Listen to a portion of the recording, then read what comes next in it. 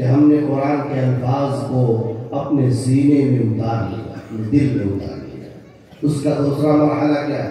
اللہ نے آگے بیان فرمایا ثم ان علینا بیان، کہ پیغمبر جس طرح قرآن کے الفاظ کو جمع کرنا، اس کی حفاظت کرنا، یہ ہم نے اپنے ذمہ لیا ہے، اسی طرح قرآن کے تفسیر، اس کے معانی، اس کی وضاحت، یہ بھی ہمارے ذمہ ہے۔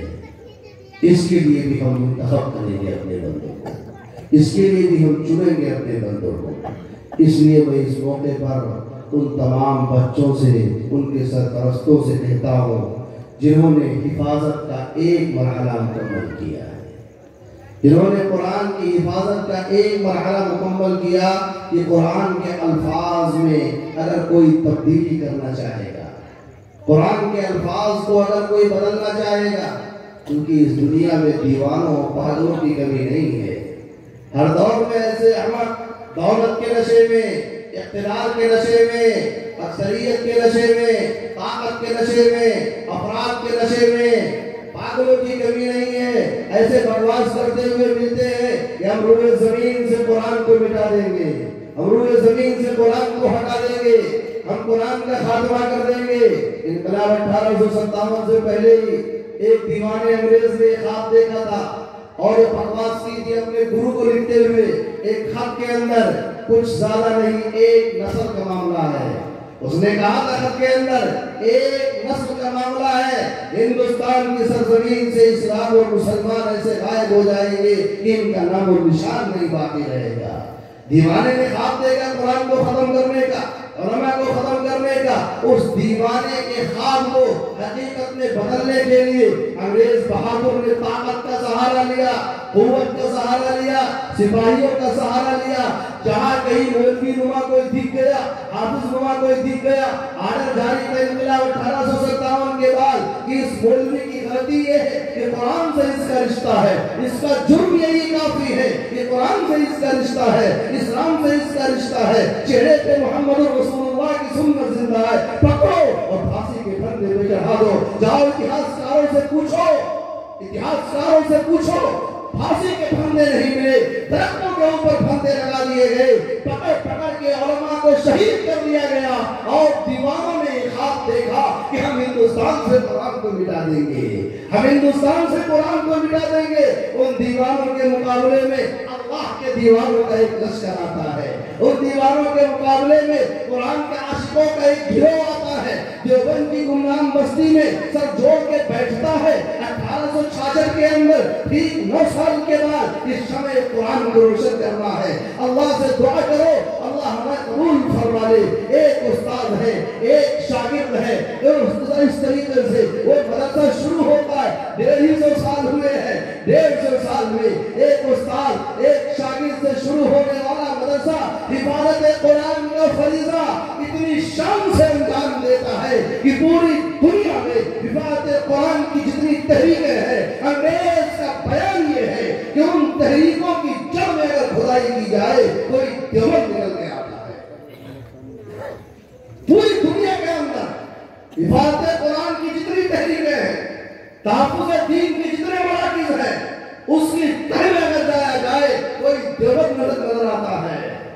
اور اسی کی ایک کرن آپ کے یہاں پھوٹی ہے، یہ 27 حفاظ کرام جن کو اللہ تبارک و تعالیٰ نے منتخب کیا ہے۔ در حقیقت اس جیسے دیوانے انگریز جیسے پاگلوں کے لیے جن کی بے چین روحوں تک اگر میری یہ آواز پہنچ رہی ہے تو وہ سنیں اور تڑپیں، بے چین ہو کہ قرآن کو اس روئے زمین سے مٹانے کا خواب دیکھنے والے احمقوں، سنو، صرف ایک مدرسے سے ایک سال میں 27 ایسے حفاظ کرام تیار ہوئے ہیں۔ قرآن کو ختم کرنا تو بہت دور کی بات ہے، اگر زبر کو زیر میں تبدیل کرنے کی کوشش کرو گے پورے کونے کونے سے یہ آواز لگائیں گے، یہ آواز لگائیں گے، وہ جس کا ایک نقطہ بھی نہ بدلے گا قیامت تک، وہ جس کی خود خدائی پاک کرتا ہے نگہبانی۔ یہ 27 حفاظ کرام یہ آواز لگائیں گے، کچھ نہیں سکتا کسی آندھی سے قرآن کا چراغ، حکومتوں کی آندھی آئی،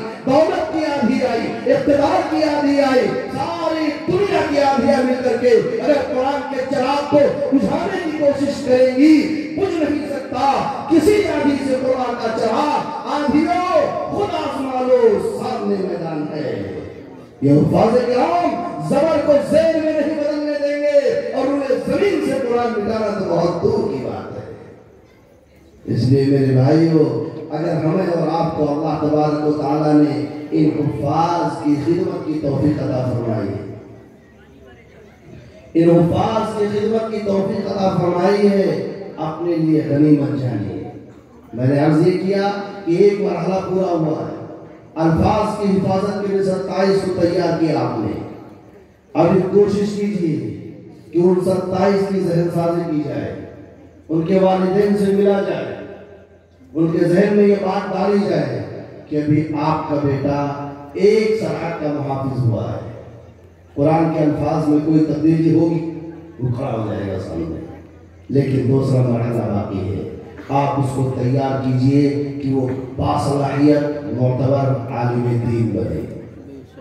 میرے لیے یہ رپورٹ حیران کن ہے اور میری یہ فکر بھی ہے. اللہ کا فضل ہے، حضرات کی دعاؤں سے بہت سارے اداروں کے پروگرام میں حاضر ہونے کی سعادت ملتی ہے، خاص طور سے دستار بندی کے جلسوں میں. تو میں یہ ضرور پوچھتا ہوں کہ ہمارے یہ بچے جو حافظ قرآن ہوئے، جنہوں نے حفاظت کا ایک فریضہ اپنے کندھوں پر لیا ہے، ان میں سے عالم دین بننے کے لیے کتنے جا رہے ہیں؟ کتنے بچے ایسے ہیں جو یہ عزم کرتے ہیں، ان کے والدین یہ عزم کرتے ہیں، پختہ ارادہ کرتے ہیں کہ انشاءاللہ ہم بچے کو حافظ قرآن کے ساتھ عالم دین بھی بنائیں گے، قرآن کے الفاظ کے ساتھ قرآن کے معانی کو بھی سمجھائیں گے انشاءاللہ تعالی. اگر 27 بچے ہمارے اس مدرسے سے تیار ہو رہے ہیں، یہ ہم سب کی ایک مشترکہ ذمہ داری ہے. ہو کیا رہا ہے میرے بھائیوں؟ دکھ کی بات ہے. آپ اپنے ہو، دکھ کی باتیں بھی کہی جا سکتی ہیں. 27 بچے 30 بچے مدرسے سے تیار ہوئے، ان میں سے قرآن سمجھنے کے لیے 3 بچے بھی ڈھنگ سے تیار نہیں ہوتے. یہ ہماری ناکامی ہے. اگر یہ ہماری کامیابی ہے اور اس پر خدا کا شکر ادا کرنے کے حقدار ہیں اور ادا بھی کرتے ہیں کہ ہم ایک سال میں 30 بچے کو تیار کر رہے ہیں قرآن کے الفاظ کی حفاظت کے لیے، تو یہ بھی ہمیں مان لینا چاہیے کہ یہ ہماری ناکامی ہے کہ وہ 30 بچے ایسے ہیں کہ ان میں سے 3 بچے بھی ڈھنگ کے عالم دین نہیں بن گئے. اس کی فکر کون کرے گا؟ اور ایک بات 10 سالہ تدریسی تجربے کی روشنی میں آپ کے سامنے عرض کر دوں. بسا اوقات لوگ کہتے ہیں کہ عالم دین بنے گا تو کرے گا کیا؟ عالم دین بنے سے ایک عجیب و غریب جملہ ہے. محلے میں اگر کھانے کی ٹیبل لگی ہو اور اس میں مولوی صاحب بھی بیٹھے ہو تو سب لوگ کہیں گے مولوی صاحب کو اور دو، مولوی صاحب کو اور دو، اس لیے کہ مولوی صاحب کھاتے زیادہ ہیں. مشہور ہے یہی. حالانکہ مولوی صاحب کے نام پر بغل میں بیٹھے ہوئے ڈاکٹر صاحب وکیل صاحب ہاتھ صاف کر رہے ہوتے ہیں، لیکن نام مولوی صاحب ارے مولوی صاحب کے گھر گیا، اس لیے کہ ڈاکٹر صاحب کو بھی پتا ہے اپنے نام پر مانگیں گے تو ہی ملے گا. وکیل صاحب کو بھی پتا ہے کہ اپنے نام پہ مانگیں گے تو اگر ملے گا بھی تو کم سے کم سینے والی کڑی تو نہیں ملے گی. اس لیے نام کس کا لیتے ہیں؟ امام صاحب کا، حافظ جی کا. مولوی صاحب کو لاؤ بھائی، اچھا ڈوما آتا ہے نا مولوی صاحب میں 1 بوٹی جائے گی، اپنے 5 جائے گی. بہرحال مشہور ہے کہ مولوی صاحب کھاتے اچھا ہے، اللہ کا فضل ہے. میں بھی اسی لائن میں ہوں، تجربے کی روشنی میں کہہ رہا ہوں. کھانے کے حوالے سے کوئی دقت نہیں ہے، اللہ کا فضل ہے، کھانا اچھا ملتا ہے، کوئی پریشانی کی بات نہیں ہے.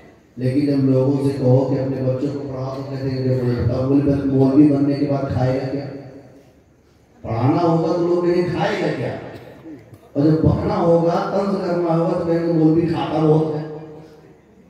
جب یہی نہیں کہے کھائے گا کیا تو کھاتا نہیں سے بہت ہے. ہمارے آپ کے اس دیار کے بھی مولانا افضاء الحق جوہر نور اللہ مرقدہ گورکھپور کے اندر میں ان کی بڑی خدمات. انہوں نے اپنی کتاب میں لکھا ہے کہ ایک جگہ میں دعوت کھانے گیا تو اتفاق سے دسترخوان کے ساتھ میں ایک وکیل صاحب بھی بیٹھے ہوئے تھے. اب وہی تماشا ہو گیا. وہاں بھی اور بڑے آدمی تھے، ذہین آدمی تھے. وکیل صاحب نے کہا ہے مرغے کی دعوت کی، دیسی مرغا تھا، کہا ہے مرغے کی ٹانگ مجھے صاحب کے لائیے مجھے کے لائیے۔ مولانا افضال صاحب نے کہا وکیل صاحب آپ اپنا دیکھیے، ہم ہیں مولانا، ہم تو روز مرغا اڑاتے رہتے ہیں، آپ کو کبھی کبھی موقع ملتا ہے، اس لیے آپ اپنی فکر کیجیے، ہماری فکر کرنے کی ضرورت بالکل بھی نہیں ہے۔ تو میں یہ تجربے کی روشنی میں عرض کر رہا ہوں میرے بھائیوں، یقیناً یہ دنیا ہے، آزمائش کسی کے اوپر بھی آ سکتی ہے، بڑے بڑے مالدار آزمائش میں پڑ جاتے ہیں۔ ہماری اور آپ کی کیا حیثیت ہے؟ اللہ آزمائشوں سے ہم سب کو محفوظ رکھے، لیکن اگر آپ کا بچہ ڈھنگ کا عالم دین بن گیا، باصلاحیت عالم دین بن گیا، اور اس جذبے کے ساتھ بن گیا کہ انشاءاللہ میں قرآن کی خدمت کرنی ہے، میں نہیں اللہ اس بات کی ضمانت لیتے ہیں کہ انشاءاللہ تعالی وہ بے چین اور بے سکون نہیں رہے گا۔ میں یہ نہیں کہہ رہا ہوں کہ بہت بڑا دولت مند ہو جائے گا، میں اگر قسم کھا کے کہہ دوں تو حارث نہیں ہوگا، خدا کی قسم کھا کے کہتا ہوں سکون کس چیز کا نام ہے یہ اکثر کو پتا نہیں۔ سکون دیکھنا ہو بھی ہمارے ساتھ آ کے مدرسے میں 24 گھنٹہ گزار کے تب پتا چلے گا سکون کسے کہتے ہیں۔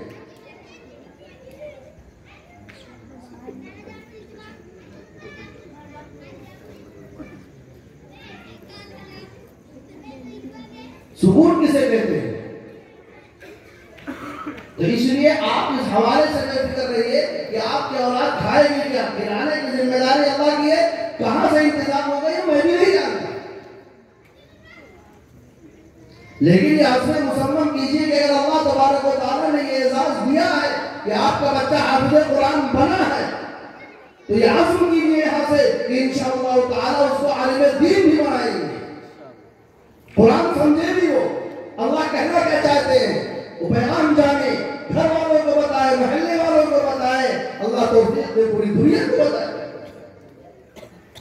اس لیے اپنے بچوں کو حافظ کے ساتھ عالم بھی بنا۔ ایک بات اور عرض کروں گا، اگر اللہ نے اولاد میں بیٹے کے ساتھ بیٹی بھی عطا کی ہے، اگر اللہ نے اولاد میں لڑکے کے ساتھ لڑکی بھی عطا کی ہے، تو آپ اس کی تعلیم کا مضبوط بندوبست کیجیے، معیاری تعلیم ہو، اخلاقی تعلیم ہو، قرآن کی تعلیم ہو، دین کی تعلیم ہو، تربیت اچھی ہو۔ اس کے دو فائدے ہوں گے، ایک تو اللہ کے نبی صلی اللہ علیہ وسلم کی وہ خوشخبری آپ کو ملے گی جو خوشخبری بیٹوں کے اوپر نہیں ہے، فضیلت وہ بھی ہے ایسا نہیں ہے، لیکن وہ خوشخبری بیٹوں کے اوپر نہیں ہے، لیکن بیٹیوں کے بارے میں، بہنوں کے بارے میں اللہ کے نبی نے فرمایا صحابہ کی مجلس میں، کیونکہ حضور کے زمانے میں بیٹی کی کوئی حیثیت نہیں تھی، لوگ زندہ دفن کر دیا کرتے تھے، واقعات کی روشنی میں، واقعات میں نہیں جاؤں گا، آپ سب جانتے ہیں اس بات کو۔ اسی لیے قرآن نے کہا کہ لوگوں محتاج کی وجہ سے اپنی اولاد کو قتل نہ کرو، کھلانا میری ذمہ داری ہے، تمہاری ذمہ داری نہیں ہے، اپنے آپ کو رزاق نہ سمجھو، اپنے آپ کو دولت بانٹنے والا نہ سمجھو، یہ میرا کام ہے تمہارا کام نہیں ہے۔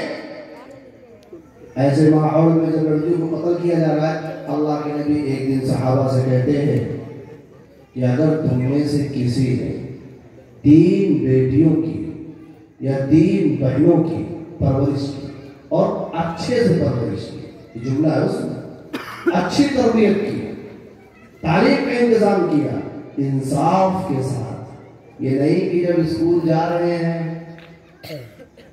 تو میرا لالا ببوا ہے یہ تو اس کو جیب پر 20 روپے نوٹ ملے گی، بنی 5 روپے کام چلا جائے، ہوتا کہ نہیں ہوتا ہمارے گھر میں؟ بیٹا ہے تو 20 روپیہ، بیٹی ہے 10 کام چلا لو بٹیا۔ اللہ کے نبی نے فرمایا انصاف کے ساتھ اچھی تعلیم و تربیت کا انتظام کیا، شادی کی عمر کو پہنچی، بہتر طریقے سے اس کو رخصت کیا، شادی کی۔ اے ایمانی بھائیو اپنی قسمت پر رشک کرو، جن کو اللہ نے بیٹیوں کی نعمت عطا فرمائی ہے۔ اللہ کے نبی فرماتے ہیں ایسا باپ جس نے 3 بیٹیوں کی پرورش اس طریقے سے کی ہو، یا ایسا بھائی جس نے 3 بہنوں کی پرورش کی ہو، وہ جنت میں داخل ہی نہیں ہوگا، بلکہ جنت میں داخل ہونے کے بعد مجھ سے اتنا قریب ہوگا جیسے میرے دونوں ہاتھوں کی انگلیاں قریب ہے۔ صحابہ کو حضور کے وضو کے پانی کو اپنے ہاتھوں سے ملنے کے لیے بے تاب ہو جایا کرتے تھے، حضور کی قربت کے لیے مچل جایا کرتے تھے کہ بال مبارک کو پانی میں بھگو کر کے پی جایا کرتے تھے کہ شفا مل جائے گی۔ حضور فرما رہے ہیں جس نے بیٹیوں کی بہنوں کی تربیت کی پرورش کی شادی کی وہ جنت میں اتنا قریب رہے گا جن سے میرے دونوں ہاتھوں کی انگلیاں اتنے میں ایک صحابی کھڑے ہو گئے، ان کی 3 نہیں 2 ہی بیٹی تھی۔ کہا یا رسول اللہ اگر بیٹیاں 3 نہ ہو 2 ہی ہو تب کیا ہوگا؟ یہ سعادت ملے گی یا نہیں ملے گی؟ اللہ کے نبی نے فرمایا کہ اگر 2 ہیں تب بھی یہی سعادت، رحمت للعالمین، 2 ہیں تب بھی یہی سعادت۔ اور حدیث کے شارحین اور ماہرین کا بیان یہ، اس کے بعد کسی نے یہ سوال ہی نہیں کیا کہ 1 ہوگی تو کیا ہوگا، لیکن وہ فرماتے ہیں کہ اگر یہ سوال کر لیا گیا ہوتا کہ اگر 1 بیٹی ہے تو کیا ملے گا، حضور کا جواب تب بھی نہیں ہوتا، حضور کا جواب تب بھی یہی ہوتا، 1 بیٹی کی پرورش کرو، جنت میں پیغمبر کی قربت حاصل کر لو۔ میرے بھائی کتنا بڑا مقام ہے، کتنا بڑا مرتبہ ہے، کتنی بڑی فضیلت ہے، ایک بات یہ فضیلت حاصل ہو جائے گی۔ دوسرے، اگر ہماری بیٹیاں پڑھی لکھی ہوں گی، ہماری بیٹیاں غیرت مند ہوں گی، ہماری بیٹیوں کو ایمان کی اہمیت معلوم ہوگی۔ آج حالات بڑے نازک ہیں، ایمان پر ڈاکہ ڈال جا، ہر بات کھل کے نہیں کہی جاتی، بعض باتیں اشاروں پہ سمجھی جاتی ہیں۔ ایمان کا حال بڑا نازک ہے، لیکن اگر بیٹی کا ایمان مضبوط ہوگا وہی بیٹی کلمہ بنے گی، وہی بیٹی کلمہ بنے گی۔ اگر بیٹی کا ایمان مضبوط ہوگا انشاءاللہ نسلوں کا ایمان محفوظ ہو جائے گا، نسلوں کا ایمان محفوظ ہو جائے گا۔ اور اگر بیٹی ہی ڈاواڈول ہے، بیٹی ہی کا ایمان کمزور ہے، پھر تو اگلی نسل کا اللہ حافظ ہے، خدا حافظ ہے، پھر تو اگلی نسل کا۔ جب بیٹی کو اپنے ایمان پر بھروسہ نہیں ہے، جب بیٹی کو اپنے یقین پر بھروسہ، اپنے اقدام میں یقین نہیں ہے، تو اگلی نسل کی تربیت کیسی ہوگی آپ بہتر جانتے ہیں۔ اس لیے بیٹیوں کی تربیت کے اوپر خصوصی توجہ۔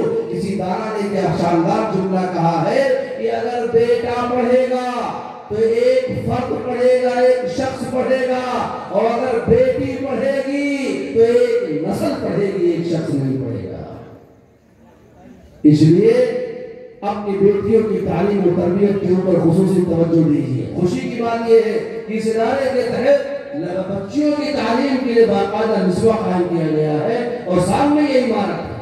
اور مجھے یہ رپورٹ ملی اور میں واقعی حیرت میں پڑ گیا کہ 2 سال کے اندر عمارت کھڑی کر دی گورکھپور کے ایک محلے کے لوگوں نے۔ 2 سال میں عمارت کھڑی ہو گئی، سارے انتظامات ہو گئے، بس اب تعلیم کے لیے ضرورت اس بات کی ہے کہ ہم اپنی بچیوں کو یہاں پر بھیجیں۔ میں منتظمین مدرسہ سے یہ میری گزارش ہے، میں کسی کے انتظام میں کام نہیں اڑاتا، لیکن میں یہ کہوں گا کہ آپ اپنے اس بچیوں کے مدرسے کے لیے ایسا نظام بنائیں، ایسا سلیبس اور نصاب بنائیں کہ ہماری بچیوں کو بھی کہیں اور جانے کی ضرورت نہ پیش آئے، کسی اور در پہ جانے کی نوبت نہ آئے۔ وہ اپنے ایمانی ماحول میں، اسلامی ماحول میں اپنے لباس، اپنے وضع، اپنے قطع، اپنی تہذیب، اپنی شرافت کے ساتھ، اپنی حیا کے ساتھ علوم حاصل کر سکے۔ لحاظ میں مصمم کیجئے اور انشاءاللہ مضبوط بنے گا نظام۔ ضرورت اس بات کی ہے کہ ہم سب ایک دوسرے کا تعاون کریں۔ وقت بہت زیادہ ہو گیا، ایمانداری کی بات یہ ہے۔ حالانکہ آپ کے چہرے کے اوپر آنے والی لکیریں یہ ہے کہ مولوی صاحب چلتے رہیے، بیان بھی چل رہا ہے، لیکن بیان سے کیا ہوتا ہے، میں اس میں کوئی رائے نہیں، اللہ کے سامنے اس کا اظہار کرنا چاہیے۔ آدمی چاہے گنہگار کیوں نہ ہو بولنے والا، لیکن جب سننے والے مخلص ہوں اس بیان کے اندر خود ہی تاثیر پیدا ہو جاتی ہے۔ یہ آپ کا کمال ہے، میرا اس میں ذرہ برابر کمال نہیں۔ میں کتنا گنہگار ہوں میں وہ جانتا ہوں، اپنے رب سے بتاؤں تو آپ سے نہیں بتاؤں، آپ سے بتانے کی ضرورت بھی نہیں۔ لیکن آپ حضرات جتنے بھی ہیں، راستے میں آ رہا تھا تو عزیزم حافظ محمد عزیز صلی اللہ علیہ وسلم کہنے لگے کہ مولانا آج وہاں اجتماع تو مجمع کرنا ہے۔ میں نے کہا ضرور، یہ جو رات 12 بجے کے بعد مجمع ہوتا ہے یہ جلسہ سننے آتا ہے، اور جو چلا جاتا ہے وہ جلسہ دیکھنے آتا ہے۔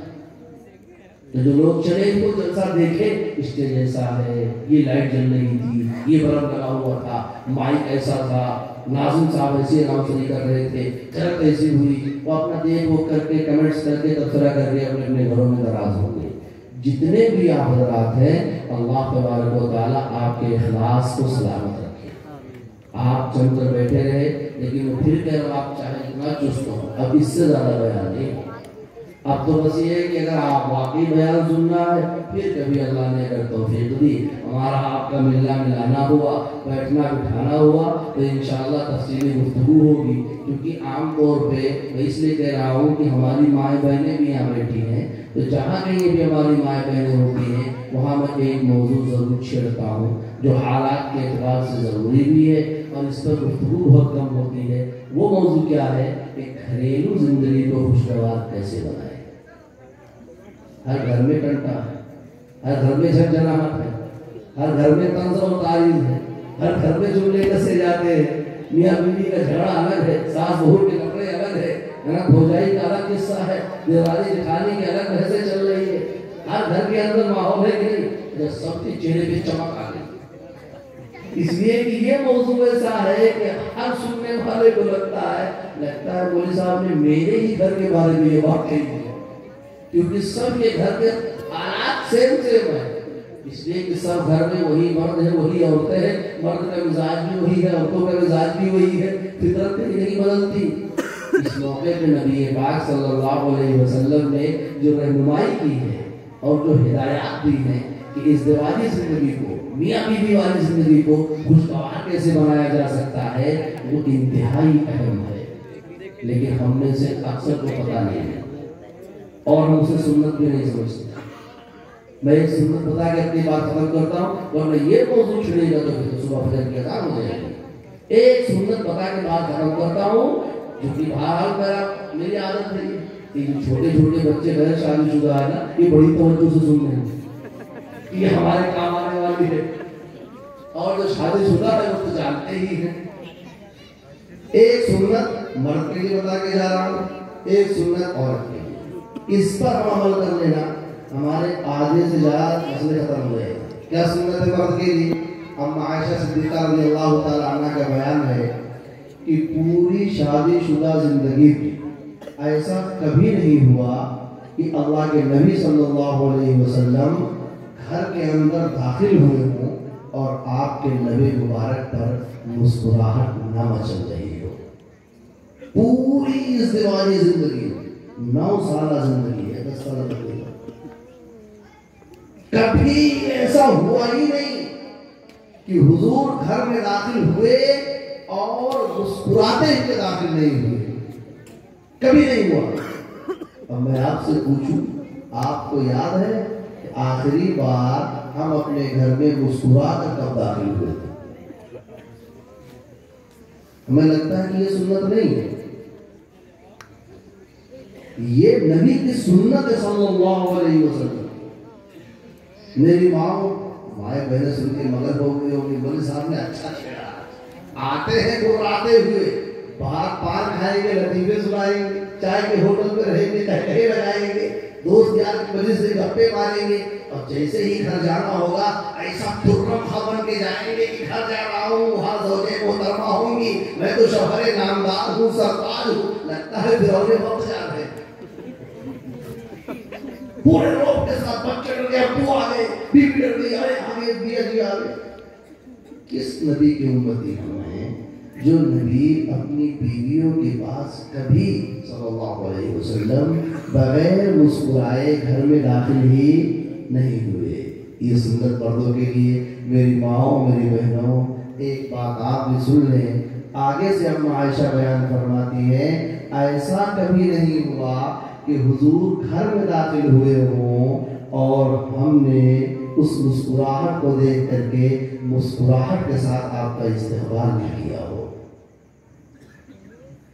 کبھی ایسا نہیں ہوا کہ حضور گھر میں آئے اور ہم نے آپ کا استقبال مسکرا کے بیان کیا. کبھی ایسا نہیں ہوا. اور ایک ہماری اور آپ والی انٹری ہوتی ہے, ایک ہماری اور آپ والی انٹری ہوتی ہے. مرد گھر سے آیا, قدم رکھا گھر کے اندر, جیسے ہی پتا چلا, یہ میں اپنی زندگی نہیں سنا رہا ہوں, میں صاف صاف بتا رہا ہوں, اللہ کا فضل ہے, میری اپنی ازدواجی زندگی ایک دم مست گزر رہی ہے. اللہ کا فضل ہے.